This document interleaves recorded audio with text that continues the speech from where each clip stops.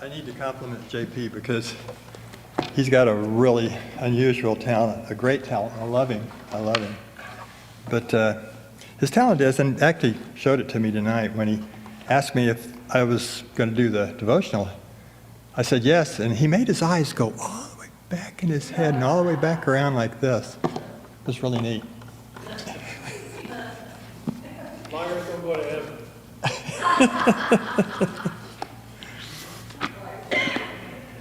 You know, I love to study Old Testament characters, and you know why we like to do that is because we learn a lot from them. We emulate their righteousness, and we learn not to make the same mistakes that they did, hopefully. So we're going to study some Old Testament characters a little bit tonight as we get into our devotional. And as a matter of fact, this is going to be a two-part devotional. I'm going to do one part tonight on the sin of pride, and I'm going to do the other part next Wednesday night on the sin of greed. So, to start with, when I graduated from college, I think it was during the Spanish-American War. When I graduated from college as an art teacher, boy, I tell you what, I hit the bricks. I had high hopes. I had the greatest confidence, and I was going to change the world as a teacher. So I got my first teaching job at a little place called McKinley Junior High School in Albuquerque. When I got there, I was devastated. It was a crummy, broken down school, and I'll tell you what, the cultural mix was absolutely toxic. It was a terrible place. And I said to myself, I've got all this wonderful knowledge. I've worked 6 years in school to get this, and I want to do something, and my hands are tied because what a horrible place this is. Well, the devotional tonight is on the sin of pride. You probably don't remember, although I do, but on the morning of April 15th, 1912, the Titanic, the largest movable object that man had ever made, sunk in the North Atlantic and took 1,500 people with it. And you know, man in his unquenchable quest to have all of his questions answered, on April the 16th, they started asking questions about what happened to that ship. And you know, 106 years later, they're still wondering what happened to it. It's not like it sped through an ice field at 20 knots and struck an iceberg and sank. No, man has to know everything that there is to know. It couldn't be man's fault, could it? Yeah. Well, the story's an all too familiar one. It's a story of greed and pride. Greed next week, pride this week. You might recall that greed and pride are among the 7 deadly sins, as categorized in the 4th century by a monk by the name of Evagrius Ponticus. Think about this. Man, in his eternal need to list and identify everything and give a reason for everything that happens, has applied this compulsion to the eternal war between good and evil.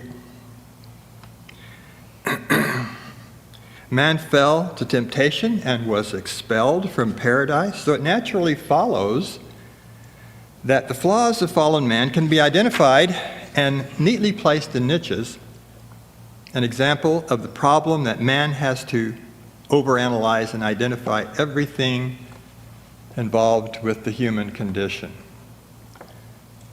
Could the real reason have been that man is sinful by his very nature and has fallen short of the glory of God?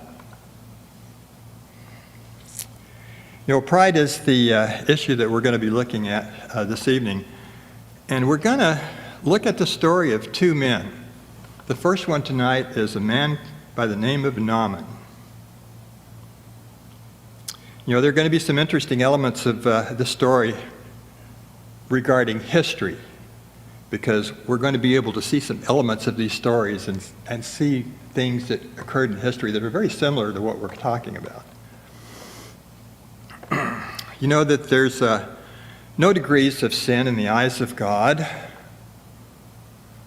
yet our Catholic friends, and I love them dearly, our Catholic friends have always had the need to put a hierarchy on sins. Some sins are bad, some sins are really bad, okay? And included in that are the sins of pride and greed as some of the worst sins there are. And if you think about it, just about every sin has the foundation in either pride or greed.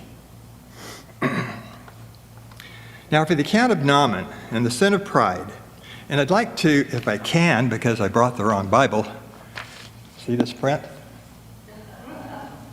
Well, I can't see it either, so bear with me. I'm going to be in 1 Kings chapter 5, verse 1. Naaman, commander of the army of the king of Syria, was a great man with his master and in high favor because by him the Lord had given victory to Syria. He was a mighty man of valor, but he was a leper.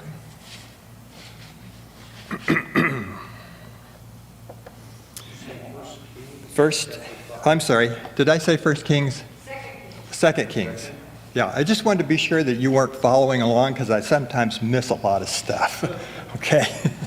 2 Kings 5, verse 1. Okay? So, Naaman is a valiant military leader. He's a courageous warrior. But not only that, he is held in high esteem by the king of Syria. In the Bible, it says Aram, which is another word for Syria. But there was something else about this guy. He was a leper. You know, it's a rather unlikely story. A valiant, respected warrior, a wealthy man by all accounts, but also a man that was victim of an incurable, disfiguring, and socially ostracizing disease, especially back then. Because if you had that disease, you were unclean. You were untouchable, especially among the Hebrews. Even today, leprosy is a dreaded disease. Although uncurable, they can control it with antibiotics. But as I said, as a warrior, or even a warrior king, with leprosy seems pretty unlikely. But it does have its historic parallels. Ernie, did you see the movie, The Kingdom of Heaven? Okay, did anyone see that movie? It's a great movie. It's a really good movie. It's the account of, well, part of the movie is the account of King Baldwin IV, who was one of the last kings of Jerusalem, but Jerusalem when it was ruled by the Crusaders, okay? Now, the time period here is just before Saladin lays siege to Jerusalem and conquers it. Well, Baldwin IV was a leper. As a matter of fact, he died when he was 24 years old. And being one of the last kings of Jerusalem, it's significant because there's much written about Baldwin IV and his courage and his disability, and especially tied with the defeat of the Knights Templar at the Battle of Jacob's Ford, I think it was. So anyway, there are interesting historic parallels to these things. As a matter of fact, when Jerusalem fell and became part of the Islamic Empire, that's when they built the Al-Aqsa Mosque, as a matter of fact. So here we have a high-ranking Syrian military man and a proud man, as we will see, who's finding hope of a cure through a young Hebrew captive girl. God is weaving together a chain of events that will bring this Syrian man, pagan worshiper, into the service of the one and only God.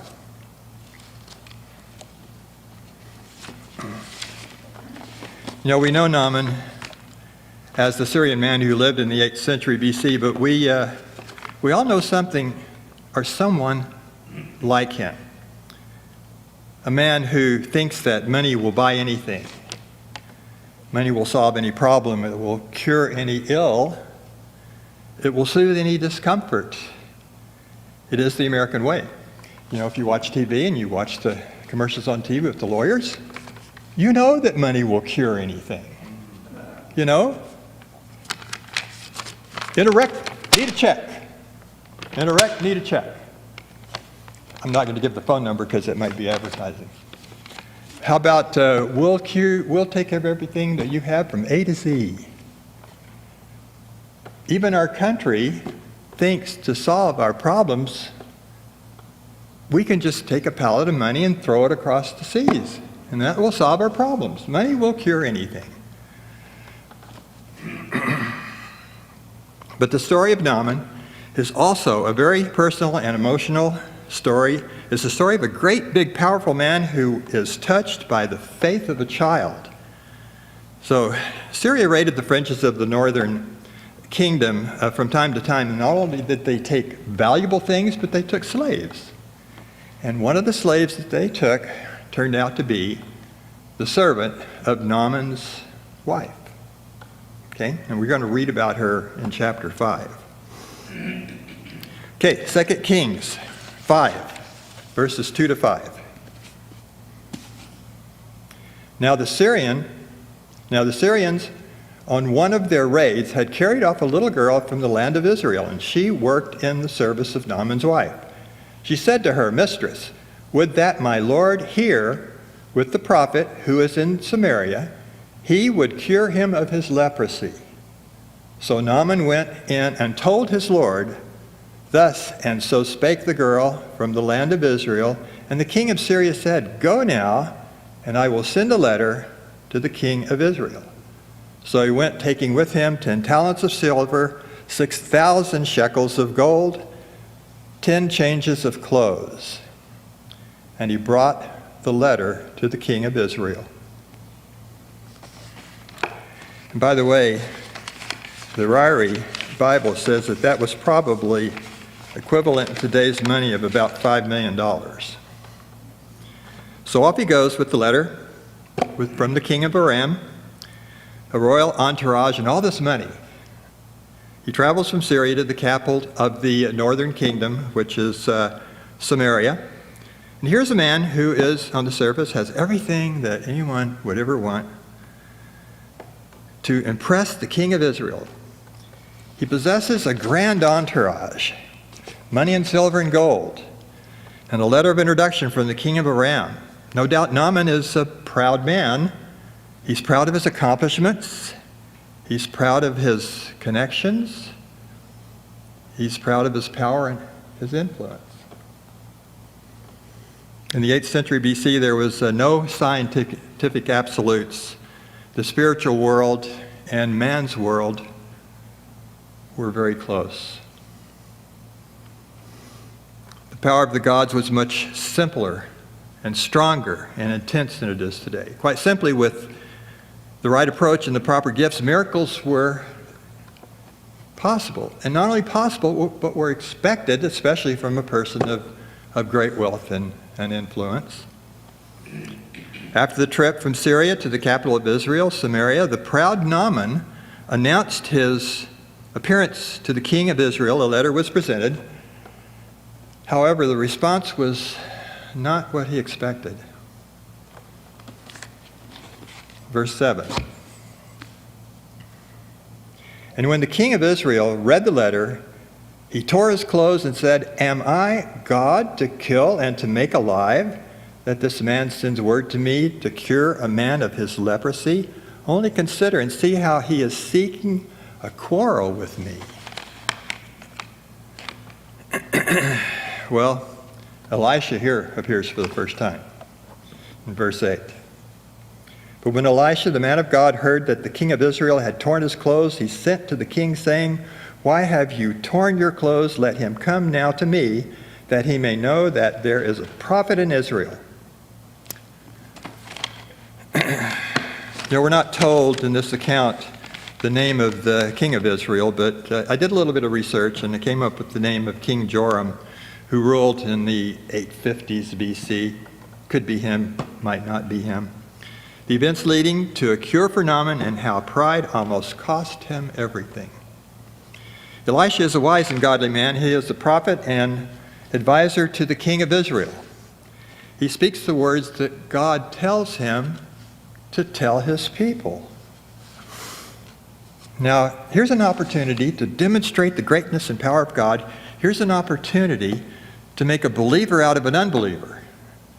But not just any unbeliever, but a great and powerful and influential man. So Naaman, the great and powerful man, stands at the door of Elisha and waits for the great prophet, and after all, he has been personally summoned. What happens next? Verse 10. And Elisha sent a messenger to him, saying, "Go and wash in the Jordan 7 times, and your flesh shall be restored, and you shall be clean." What are we really seeing here? Was it a huge diplomatic snub, brush off? Or was it in fact a lesson in humility?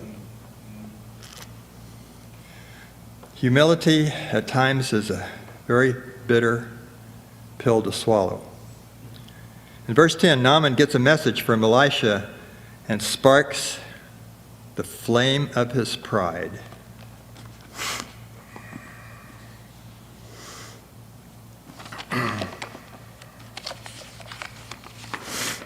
In verse 11, we see how ancient man related to his gods.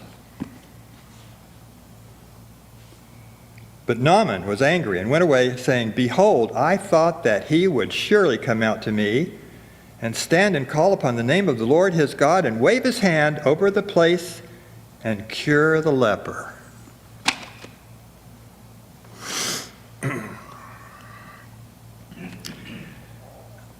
What happened to all the secret incantations? What happened to the magical words? What happened to the ritual and ceremony befitting a man of my stature? I don't even get to see the prophet.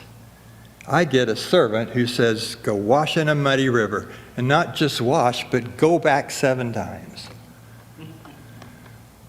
Pride can be the undoing of anyone, rich, poor, insignificant, unimportant, important. Pride could be the sin of the poor because they want what they don't have. Pride could be the sin of the rich because they want more than they have. Pride can be the sin of a recent graduate from college, thinking he should have more than he's getting. It's all important to listen to the wise counsel of others. Not just anyone, but those who have our best interests at heart. And the best counselor of all is, of course, the mighty counselor. In Proverbs 11:14, Solomon writes, "In the abundance of counselors there is victory." To Naaman's credit, he listened to the words that God was speaking through the voice of a child, Elisha through his servant, and the humble voice of Naaman's own servant. It has a joyful ending because Naaman washed in the Jordan 7 times and he received a miracle cure. So Naaman is saved and recognizes the God of Israel as the one true God. I'm reminded of Jesus' words in the Gospel of John 20:29 when he says to Thomas, "Blessed are those who have not seen and yet still believe." We're left with this. Naaman set his pride aside. He learned the lesson of humility. What may have happened to him if he had not listened to the wise counsel of someone else Naaman might have been just another nameless, moldy, 3,000-year-old grave for some archaeologists to discover in the windswept Syrian desert. In closing, we began our devotional tonight with the example of pride, greed, and the effects of replacing God with the substitute objects of worship. God in his wisdom gave us an object lesson through the tragedy of the Titanic. The tragedy showed us that in pride, our accomplishments overshadowed our humility. Our greed took the place of placing God ahead of everything else. And those steam turbines caused us to place the God of technology ahead of the only true God. The cause and effect is simple. The cause of our separation is sin. The effect is our loss of focus on God. It is another life lesson from the lesser knowns. Steve, it's up to you. What is that reference again, 2 Kings chapter 5. 2 Kings chapter 5? That's one of my favorite